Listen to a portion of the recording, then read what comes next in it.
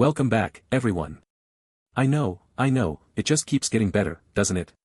Just when you thought the UK economic outlook couldn't get any worse, we get the dizzying, stomach-dropping realization that the government has donned its cape again, not to save the economy, mind you, but to seemingly throttle it in broad daylight. Today, we're going to break down the news of dwindling hiring rates since March, and the star of today's melodrama. Chancellor Rachel Reeves and her £40 billion, $51.9 billion, tax bomb to bail out public services. Apparently, throwing money we don't have at broken systems we haven't fixed is supposed to save the day, but I digress. Stay with me as I connect the dots between wage suppression, a shrinking labor market, inflation, and recession-like pain. If you're curious about how all of this ties into endless government meddling, fiscal irresponsibility, and the slow death of business confidence, then you're in the right place. Let's walk through this economic nightmare, layer by painful layer, breaking down the facts for those of you who, like me, aren't on the government payroll and do actually care about how these decisions impact both everyday citizens and businesses alike. Thanks to a new report by the Recruitment and Employment Confederation, REC, and KPMG, hiring in the UK has absolutely plummeted. And when I say plummeted, I'm talking about the kind of steep nosedive that would make even airline pilots break into a hard sweat. Hiring has reportedly fallen at its sharpest pace since March, largely driven by businesses taking a collective pause on recruiting in light of, wait for it, the anticipated tax hikes in Labour's latest budget. Yes, you heard that right. With the brilliant foresight of incoming £40 billion tax increases each year, businesses are basically saying, why bother hiring more people when we've got skyrocketing costs around the corner? And honestly, who can blame them? It turns out that when you shower businesses with higher payroll levies and then relieve them of their ability to reward workers through a minimum wage hike, they're a little less jazzed about expanding their headcounts. Shocking, right? Especially after John Holt, KPMG UK's chief executive, pointed out that the uncertainty surrounding Labour's autumn budget forced companies to press pause on hiring. They've got a point, why gamble with hiring more workers when it's unclear just how deep in the red they'll be pushed? To make matters worse, after months of high inflation expectations, wages for permanent jobs have also begun cooling at an absurdly fast rate. Wages in October clocked in at their slowest increase since 2021. In simple terms, worker paychecks aren't going up as fast as they were before. So, while workers were hoping for pay raises to keep up with the higher costs of living and inflation, employers are simply pushing back. Instead of matching inflation in worker compensation, they've folded their arms, pointing not at their balance sheets, but at the encroaching headwind of tax increases.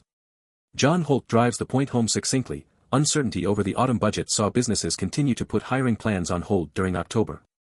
And the kicker. He warns that these tax hikes could ultimately tamp down hiring opportunities even further since companies still haven't processed the extra costs the government has sneakily passed on to them. More on that later.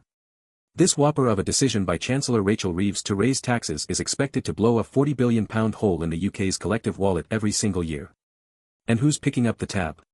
Why, UK businesses and taxpayers, of course. Yes, that's right. Employers are now being punished by having to shoulder new, higher payroll levies, in addition to the government throttling their wage raises with the slashing of real pay growth, a combo your local butcher and baker will feel sharply. It's not like the postal strikes weren't bad enough already. In other words, it's not just that companies won't hire more, they're actively scaling back their plans for wages, and an overall restructuring of resources seems inevitable. What company in their right mind would expand hiring or invest in boosting wages when they see a train of new expenses barreling their way? Now, dear viewer, I get it. Someone will pop up to say, well, public services are important. These tax hikes are funding public goods. We can all agree on the necessity of functioning hospitals, schools, and infrastructure, but the dysfunction here needs to be highlighted. Sure, the £40 billion is intended to repair Britain's scorched and crumbling public services. But let's be honest, how much real value can we expect from overburdening businesses that are already reeling from productivity losses, high inflation, and weak consumer demand? Even before these tax changes were in the works, UK productivity stagnated. The Office for National Statistics, ONS, reported that UK productivity growth has been abysmal for over a decade. From 2010 to 2020, the average annual productivity growth rate was just 0.7%, a shocking decline from pre-financial crisis levels. Compare that to countries like Germany or the US, which have experienced far stronger productivity growth during comparable periods, and it becomes painfully clear that this isn't just a bump in the road, it's a systemic problem. So, let's get this straight, productivity is already in the gutter, and now we're saddling businesses with even more taxes amidst inflationary pressures and uncertain wage expectations. It doesn't exactly spell confidence. Increasing private sector taxation when output is already stalling doesn't magically make public sector growth skyrocket, rather, it stunts what little growth remains. Speaking of inflation, my friends, although the Bank of England, BOE, has begun to lower interest rates, the labor market still bears signs of stubborn inflation. Wage growth slowing is one clue, but there are more loaded signals on the horizon. According to a survey both watched by the BOE and REC, vacancies are still declining. This is particularly worrying because reduced hiring doesn't just hurt workers, it dampens broader economic potential. Just consider how many businesses might shrink payrolls simply due to rising fixed costs. The BOE, under pressure, has already reduced the key interest rate twice this year, but guess what? There's very little in this report that suggests they should slow the process further. I mean, with businesses bracing for the worst, it's pretty clear they need a pound of flesh in reduced rates to even consider surviving next year without major layoffs. The thing about tax hikes is that they don't simply increase costs overnight. They have a more sinister impact in the form of stifling long-term business confidence. Imagine being a small to medium enterprise, SME, owner. You want to hire, expand, or innovate, but wait, you're already expecting a heavy financial blow from the government, so you freeze decisions. According to an October survey by Lloyds Bank on business confidence, even before these most recent tax changes were finalized, business confidence dropped to its lowest level since July 2023, fueled by ongoing concerns around the economy, lack of demand, and global economic disruption. You know what's lower than low? It's the state of confidence now that businesses are actively factoring in those new tax obligations. As Neil Carberry from REC puts it, there needs to be a serious rethink on future interest rate cuts that boost business confidence and offset the significant additional tax burdens. Without such measures, businesses will continue to grapple with absorbing costs, which could, in turn, lead to poorer economic outcomes. If you've been paying attention, this shouldn't come as news.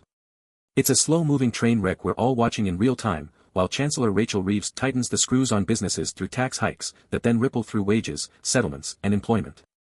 Businesses, faced with new payroll levies and stagnating growth, are doing what any rational entity would do, holding back on hiring and ramping down wage increases. Meanwhile, productivity continues its eternal stall as government mandates throttle the sources of growth and innovation. So, will the Labour government's tax hikes save the day by pouring £40 billion into public services? Or will they end up stifling long-term private sector growth? The answer seems rather clear. Now, call me a cynic, but when you tax businesses into oblivion, bet against growth by limiting wage increases, and steamroll productivity through bad policy, it's a recipe for economic malaise. If you're tuning in hoping for a silver lining, sorry to bust your bubble, because we might be settling in for a rough ride that could last well into the next election cycle. What's next? Stagflation, minimal growth, shrinking paychecks. Time will tell us.